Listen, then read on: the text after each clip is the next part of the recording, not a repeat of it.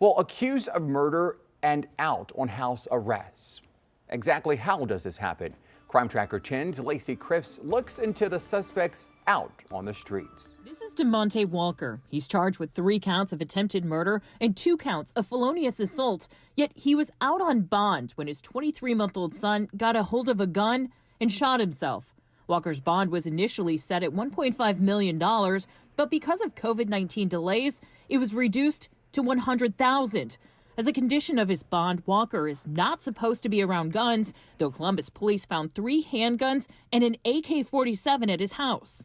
People who commit crimes are probably statistically more likely to commit additional crimes. So the fact that somebody who is on bond for one crime commits another crime is not a surprise. But Franklin County Municipal Court Judge Ted Barrows says bail reform is a serious issue and judges need to set more reasonable bonds. It is true that I personally, and I think the court in general, has taken a second look at their bond practices for a couple of reasons. But Walker isn't an isolated case. 20-year-old Finesse Robinson was out on house arrest on attempted homicide charges when Columbus police say he was involved in a shootout at a gas station on the city's east side. Both he and the 17-year-old involved died from their injuries. Derek Green is accused of shooting and killing Kenneth Palmer early on New Year's Day. He walked out of jail this same day he was arrested on a $100,000 bond. We are doing the best we can to look at the person in front of us, the circumstances surrounding the offense, and their prior history of either committing offenses or of failing to appear in court.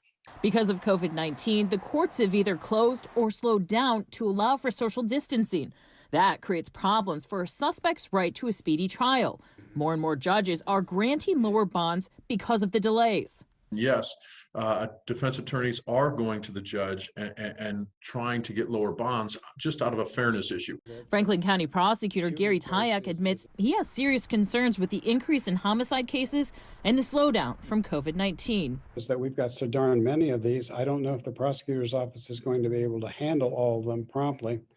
And we have a speedy trial statute in Ohio. Which is just another reason judges like Barrows advocates at looking at bonds. And we don't have a crystal ball.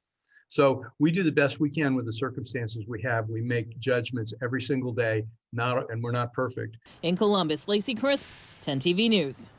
Barrows says he's a big advocate for the electronic monitoring. He argues it allows those who are presumed innocent to get out of jail while allowing the courts to keep a close eye on them.